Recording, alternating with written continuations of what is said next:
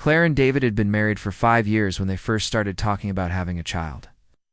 Every evening after dinner, they would sit together on their small balcony watching the sun dip behind the city's skyline. David would wrap his arm around Claire's shoulder, and Claire would rest her head against him. They would whisper about the sound of little feet padding across the wooden floor, the sight of tiny fingers gripping their own, and the laughter of a child filling their home with new warmth. These dreams kept them close, even on days when life felt heavy at first. Claire and David tried naturally. They followed the advice of magazines and websites. Eat a little healthier, exercise gently, reduce stress. They celebrated each month that went by with hope, marking the calendar with hearts and kisses. When nothing happened, they held each other more tightly, telling themselves that love alone was enough. But behind Claire's gentle smiles lay disappointment, and behind David's comforting words hid his own unspoken worry. After a year, they decided to see a doctor. The clinic smelled of antiseptic and hope. Claire's heart pounded in her chest as she sat on a plastic chair in the waiting room, clutching David's hand. When they were called, a kind nurse led them to a small room where a doctor explained the tests, blood, scans, and questions about their health and history. The doctor spoke in calm, measured tones, but Claire caught the way his eyes flicked to David's notes. It was David's turn for tests too. A few days later, they sat together in the doctor's office, the same office where they had first sat as excited newlyweds. The doctor looked grave. David's sperm count was low. Vitalis was the word he used, meaning David's body could not make enough healthy seeds to start the life Claire longed for. Claire felt her chest tighten. She looked to David, expecting tears or anger, but he simply nodded, as if he had been waiting for this news all along. "I'm sorry," the doctor said, and reached for her file. Claire felt the air thicken. She wanted to cry, to ask why, to demand that someone fix this. But all she could do was swallow and squeeze David's hand. He offered her a faint, reassuring smile, but his eyes were hollow. She knew he blamed himself, and she blamed herself for feeling the same. They left the clinic in silence, driving home with the windows up so the city noise could not drown the quiet ache between them. At home, they tried to pick up the pieces. They cooked dinner. They laughed at a silly movie. They fell asleep in each other's arms. But at night, when the city lights blinked off one by one, Claire would lie awake, staring at the ceiling, imagining a child's tiny face looking up at her. And David would lie beside her, his breath slow and steady as if he were trying to convince himself that everything was still fine. Months passed this way. They tried a few rounds of simple treatments, hormones for Claire, supplements for David. They held hope like a fragile bird, careful not to frighten it. But each failed test and each negative result chipped away at their dream. David grew quieter. He stopped asking how Claire felt, stopped making plans for a nursery. He walked through life like a man carrying an invisible weight. Claire still believed, though. She read every article about fertility, watched videos of clinics around the world, and joined online groups where hopeful parents wrote about their journeys. One night, she discovered information about IVF and vitro fertilization. It was a process that could use a donor in case one partner could not produce enough healthy seeds. Claire studied and studied until her eyes blurred, until her brain felt like it might spill out of her ears. She learned about clinic success rates, about the emotional toll and the costs. She learned that donor eggs or sperm could come from people Claire had never met. She learned that clinics often kept donor identities secret, ensuring that parents could focus on the child they loved. She thought about telling David, but every time she opened her mouth, the words caught in her throat. What if he refused? What if he felt betrayed or less of a man? Claire loved David more than anything in the world. She worried that if she pushed him too hard, she might push him away forever. And deep down, she feared her own shame that she was not enough. Claire believed in their love, but she wondered if David felt the same. Late one evening, while David slept, Claire opened her laptop. She found Hope Fertility Clinic, a small center a few towns over. The website was warm and welcoming, full of testimonials from parents who had tried and finally succeeded. Claire clicked through the pages, reading about anonymous donors, about success stories, about how the staff treated every patient like family. Her heart ached with longing. She closed her eyes and imagined the moment she would hold her baby for the first time, how soft the skin would feel, how tiny the fingers, how bright the eyes. She imagined David's face lighting up in surprise and joy. She imagined him as the loving father she knew he could be. Claire took a deep breath and filled out the inquiry form. She typed her name, her age, her partner's age, and a short message. "We have tried for a child for years. My husband's tests showed low sperm count. We are hoping for your help." She hit send before she could change her mind. Then she closed the laptop and went to bed, her heart pounding so loudly she feared waking David. The next morning, Claire woke early. She tried to get ready for work, but her mind kept drifting to the email she hoped would arrive. She poured coffee into her favorite mug, took a sip, and set it down with a trembling hand. When her phone buzzed, she almost dropped it. An email from Hope Fertility Clinic. "Thank you for reaching out. We would be honored to assist you. Please call us to schedule a consultation." Claire's chest tightened with both joy and fear. She stared at the words as if they might vanish. At work that day, Claire could not focus. Every spreadsheet and every meeting felt dull compared to the promise of new life. She hesitated all morning before calling the clinic. The voice on the phone was warm, professional, and kind. The receptionist asked simple questions and set her up with an appointment for the following week. "We will talk through the process and answer all your questions," the receptionist said. Claire closed her eyes and whispered thank you. She did not tell David. She could not yet. Instead, she slipped out of work early on the day of her appointment and drove to the clinic alone. The building was bright with soft pastel walls and quiet music. Claire's heart pounded as she signed forms and answered questions about her health and history. The doctor explained that since David's sperm count was low, they would use donor sperm along with her eggs. The sperm donor would be chosen for his health, education, and background. The doctor assured Claire that the donor's identity would remain anonymous, but that the child's genetic traits would reflect the donor's heritage. Claire listened carefully. She nodded, took deep breaths, and asked questions. The doctor showed her pictures of donor profiles: tall, athletic brown eyes, dark hair. Claire thought about her own features, David's features, and how a child might carry pieces of both of them, or pieces of someone she would never meet. She felt a swirl of emotions: hope, excitement, guilt, fear, but mostly hope. She agreed to start the process. On her drive home, Claire's mind spun with what she would tell David. She thought of sitting him down at the kitchen table, of showing him the clinic brochure, of asking him to join her. But then she looked at the baby. Names she had started writing in her notebook: Theo, Benjamin, Lily, and realized she could not wait. She needed to know this child was coming, needed to hold that promise in her hands before telling David anything. That night, Claire lay in bed, her stomach fluttering with the first round of hormones she had taken that day. She felt both powerful and fragile, like she carried a secret seed inside her. David slept beside her, unaware of the journey she had begun. Claire closed her eyes and imagined the day she would wake with the news that she was pregnant.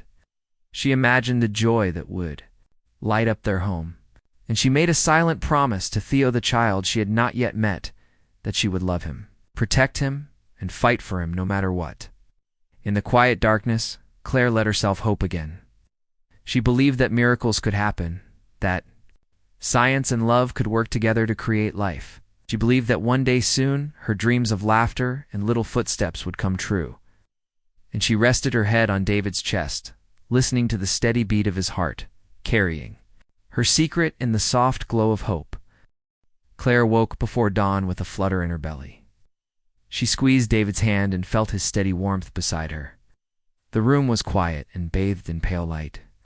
Nurses moved softly down the hall. Claire's bag lay by the door, packed with soft blankets and a few small gifts for a baby she had not yet seen. She had chosen a pale blue hat and a tiny white onesie. Underneath her hospital gown, Claire felt the tight grip of nerves and hope. Today would change everything. By breakfast time, her contractions were closer and stronger. Each wave of pain felt like a promise drawing near. Claire breathed in through her nose and out through her mouth. She imagined Theo's tiny face. She imagined holding him close to her heart. She remembered the day she first saw his donor profile and chose his ancestry with care. She thought of David's gentle smile when she had first mentioned the clinic. She believed he would be here for her now, beside her in every moment. When the nurses wheeled her into the delivery room, Claire's heart pounded like a drum. The room was bright and warm. A soft lamp glowed near the bed. The doctor introduced himself again, and Claire nodded. David paced by the window. He held her hand with trembling fingers. His face was drawn and pale. He mustered a small smile. She whispered to him, "We're nearly there. Theo will be here soon." David nodded, but his eyes flicked to the door as if he wanted to run. Hours passed in a blur of pain and words of encouragement. Claire gripped the sides of the bed and pushed with all her strength. She felt as if her whole life rode on each breath.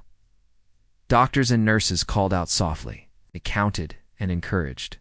Claire saw David lean closer, his face set with determination. She felt his warmth in the grip of his hand. Finally, the doctor lifted the baby into the air and placed him on Claire's chest. Claire's tears fell as she looked down. The baby's skin was rich with deep color, his hair curled in tight, shiny rings. Claire's breath caught in her throat. She kissed his forehead and whispered, "Hello, Theo." The room was silent for a moment, as if time had stopped. Claire looked at David, hoping he would share her joy. But David's face was shocked and confused. He stared at the baby as if he had seen a stranger. Claire's heart sank. A nurse wrapped Theo in a soft blanket and handed him to Claire. The baby's tiny fingers curled around her thumb. Claire felt new life, new hope, strong in her arms. Nurses fussed over her and the baby, checking they both were well. They praised Claire's strength and whispered warm congratulations. Claire smiled, rocking Theo gently.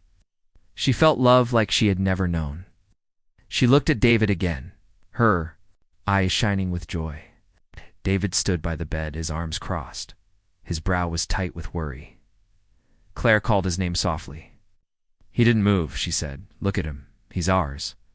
David shook his head. He backed away from the bed. His face turned cold. Claire's heart tightened like a fist.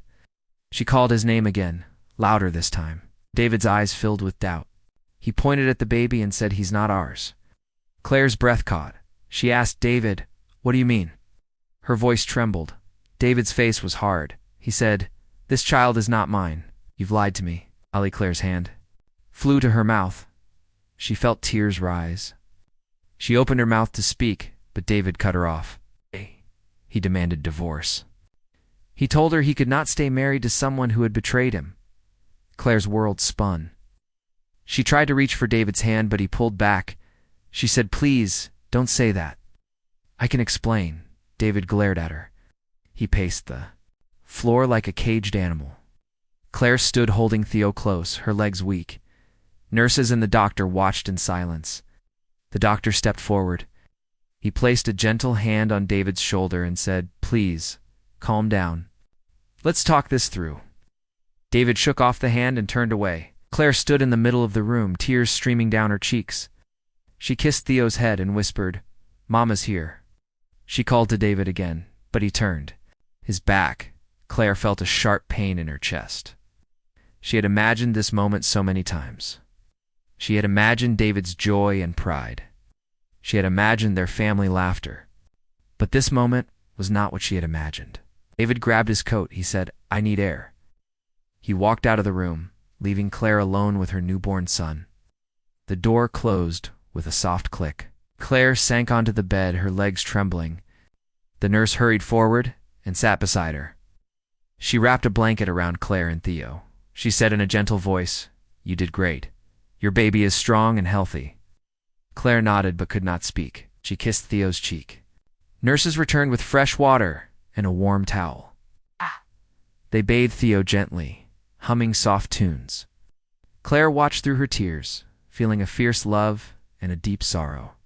She thought of the promise she had made to Theo, to love and protect him, no matter what. She looked at her son's dark eyes as they blinked at the lights above. She whispered, "I will fight for you, my love." Hours later, a social worker came by to check on Claire. She asked if Claire wanted someone with her. Claire said softly, "My husband left. I'm alone." The social worker sat and placed a comforting hand on Claire's arm. She said, "You're not alone. We will help you. You have resources, friends, and family." Claire closed her eyes and shook her head. She did not know who would help her now. She felt small and lost. Night fell, and the room grew quiet again. Claire sat in the rocking chair, holding Theo close. His breath was soft and steady. Claire hummed a lullaby she had learned as a child. She sang to him in a low voice, feeling warmth spread through her chest. A nurse peeked in and smiled. She said, "Try to rest. We'll check on you soon." Claire nodded and settled into the chair, rocking back and forth. As Claire rocked, she thought of the journey ahead. She thought of the secrets that needed to be shared. She thought of the fight she must face with David. She thought of raising Theo on her own if she had to. Then she thought of hope of the family she believed could still be. In the hush of night, Claire made a silent vow. She would stand strong. She would tell David the truth. She would not let fear win. And she would hold Theo every moment she could as the bright new beginning. For them both. Claire sat in the hospital room, the silence heavy around her. She watched little Theo sleeping in her arms, his tiny chest rising and falling, his hands curling into soft fists. Even in her sadness, she found comfort in the gentle sound of his breathing. She brushed her lips across his forehead and whispered, "I love you, Theo, no matter what happens." Outside the window, night turned to dawn, and the city slowly woke up. Claire had never felt so alone, but she also felt a kind of strength growing inside her, a quiet promise that she would keep going. No matter how hard things seemed, the nurses came in quietly, bringing her breakfast and checking Theo's weight. They smiled warmly and gave extra blankets, making sure mother and baby were comfortable. One of the nurses sat with Claire for a few moments, listening kindly as she tried to talk about her worries. Claire was grateful for the kindness of strangers, but her heart ached for David. She hoped every moment that he would walk through the door, smiling and ready to forgive. But the door never opened, and the hope in her chest felt smaller every hour. When it was finally time to go home, Claire dressed Theo in the little blue hat she had chosen so many months ago. The hat was too big for his tiny head, but it made her smile. She wrapped him up warmly, thanked the nurses again, and left the hospital, holding her son close. The ride home was quiet. Claire looked out the window at the passing city, feeling the world looked different now, both beautiful and scary at the same time. At home, the apartment was strangely silent. David's shoes were by the door, his favorite jacket still on the hook, but he wasn't there to greet her. Claire set Theo down in the crib they had built together, running her hand over the soft blankets and stuffed animals. She felt tears stinging her eyes. She wanted so badly for David to walk in and say, "I'm sorry, let's fix this."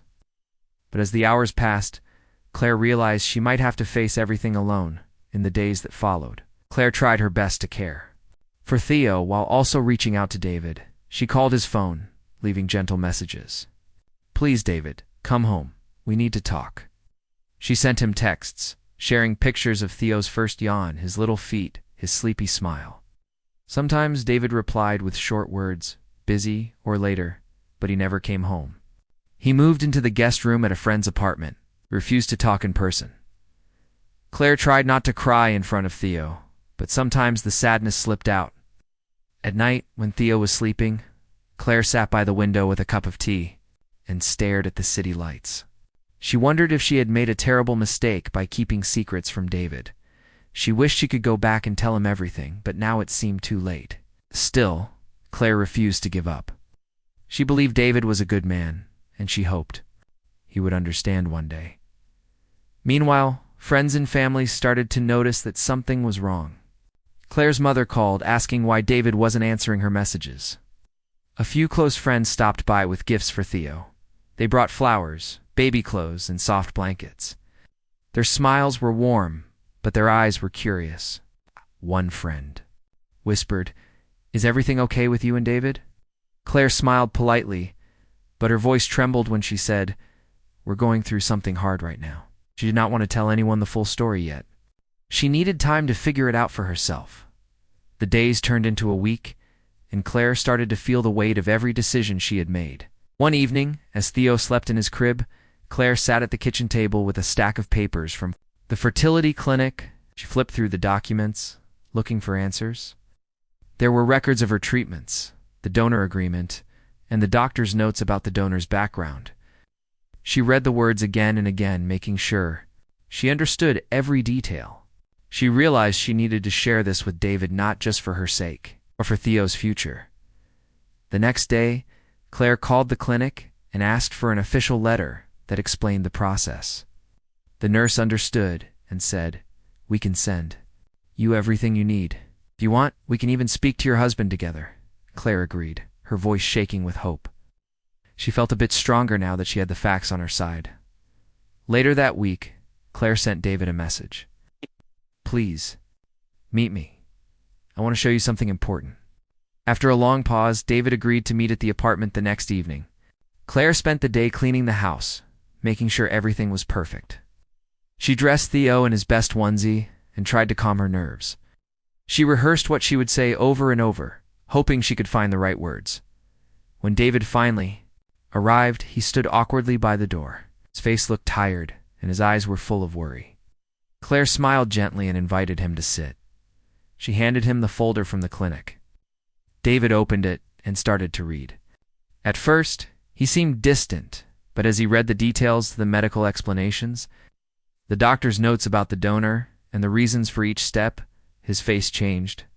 The anger in his eyes faded, replaced by confusion and then sadness. Claire spoke softly. "David, I know I should have told you everything. I was scared. I just wanted us to have a family. I never meant to hurt you." She reached for his hand, but David hesitated. He read the last page slowly, then closed the folder and put his head in his hands. The room was silent except for Theo's gentle breathing. Finally, David spoke. His voice was soft but strained. "Why didn't you tell me? I thought you didn't trust me." Claire shook her head. "It wasn't that. I was afraid of losing you. I was afraid you wouldn't love Theo." Tears filled her eyes as she looked at their son sleeping nearby. "He needs both of us. Please, can we try to fix this?" David sat quietly for a long time. He stared at Theo and then at Claire. The walls between them seemed so high, but something had changed.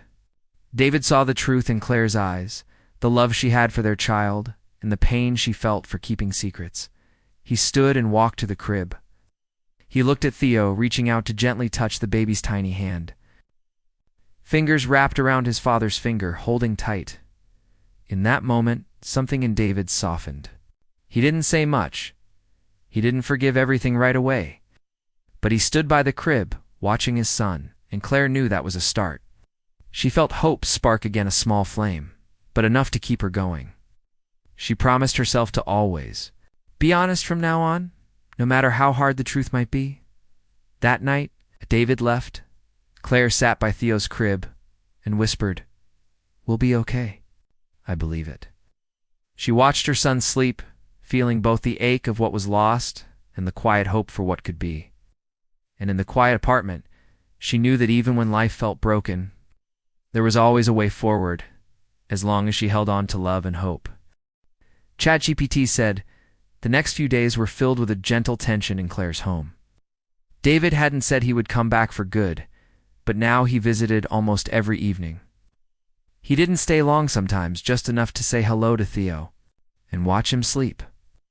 Other times, he sat in silence across from Claire, lost in his thoughts. Claire was careful not to push. She understood how deeply David's heart had been hurt and how much courage it would take to rebuild trust. Even though things were uncertain, these quiet moments gave her hope that their family could heal. One evening, as the sun dipped low and painted golden shapes on the living room walls, Claire prepared a simple meal. She set out 2 plates, remembering when laughter used to fill this room every night. When David knocked, Claire greeted him with a small, genuine smile. Theo was in her arms, already beginning to coo and wave his tiny fists at the world. David hesitated at the door, then slowly reached for his son. For the first time, he held Theo and looked into his dark, curious eyes. They sat together, David, holding Theo, while Claire spoke softly. "I know you're hurting," she said. "I'm sorry for not telling you everything from the start. I was afraid, David, afraid I would lose you, and afraid you wouldn't love Theo." David's jaw tightened and he looked away. "You should have trusted me," he said. "We promised to face everything together." Claire nodded. "I broke that promise, and I'm sorry. But Theo, he is our child. Even if not in the way we imagined, he needs both of us." Claire wiped away a tear. "The clinic said you could ask them anything, or talk to the doctor. The truth is all here." She handed him the folder again, along with a letter from the clinic's director explaining the donor process step by step and confirming all the choices Claire had made. David spent the next hour reading through every document. He studied the donor profile and the medical notes. The words anonymous donor and West African descent appeared again and again. He read about the care taken to select a healthy, kind, and well-educated donor. The clinic director's letter explained the law and ethics behind everything, how the goal was always to help families grow, no matter their circumstances. David put the papers down and stared at his hands. "So, I really can't be Theo's biological father," he said quietly. His voice trembled. Claire reached out and put her hand over his. "But you can be his father in every way that matters. Theo needs you. I need you." For the first time, David didn't pull away. He just let Claire's hand rest on his.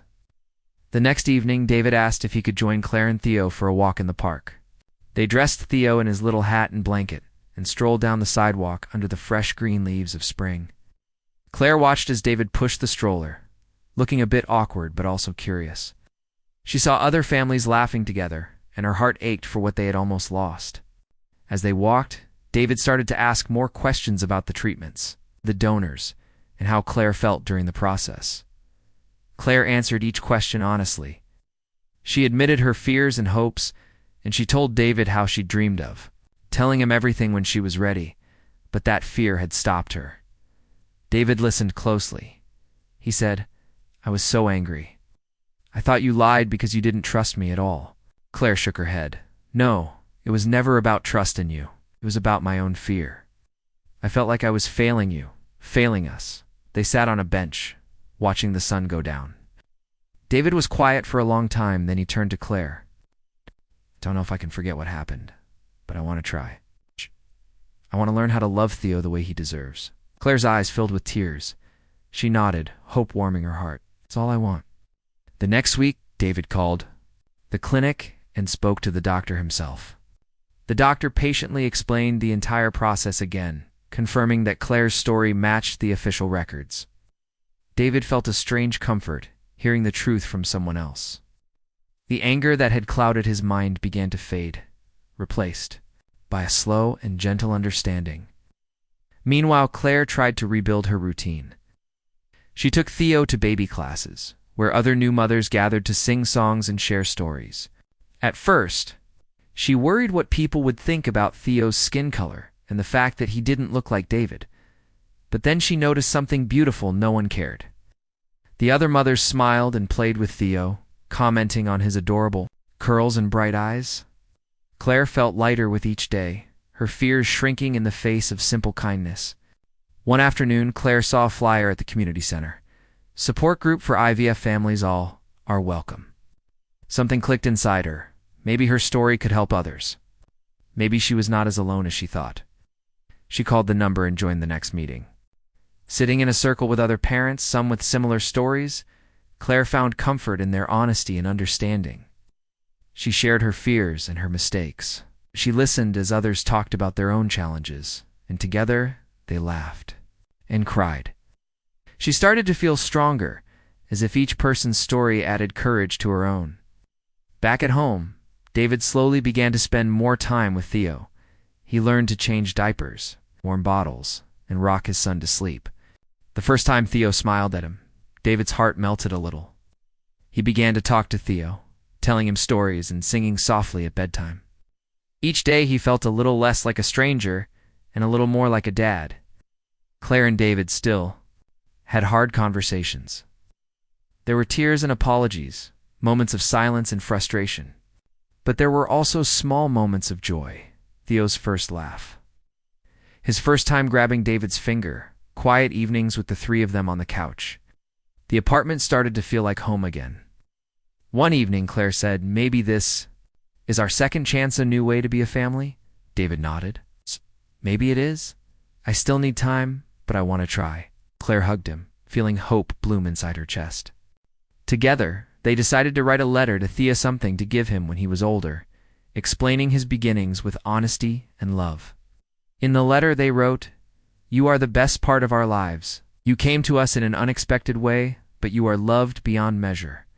No matter what, you are our son." Life wasn't perfect, but it was real. Each day, Claire and David learned to trust each other a little more.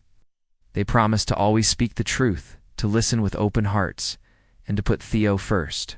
They discovered that family is built with love, not just blood. And through their journey, they became stronger together, ready to face whatever came next. The seasons slowly changed outside Claire and David's small apartment. The leaves on the trees went from green to gold and then to bare branches. Each day, Claire woke with Theo's sweet face beside her, his tiny arms stretched up as he dreamed. Every night, she watched David get a little closer to their son, reading him stories, singing lullabies, sometimes falling asleep with Theo curled against his chest. The tension in their home was melting away, replaced by a growing sense of peace and hope. What had once felt like a storm was now giving way to gentle, steady sunlight.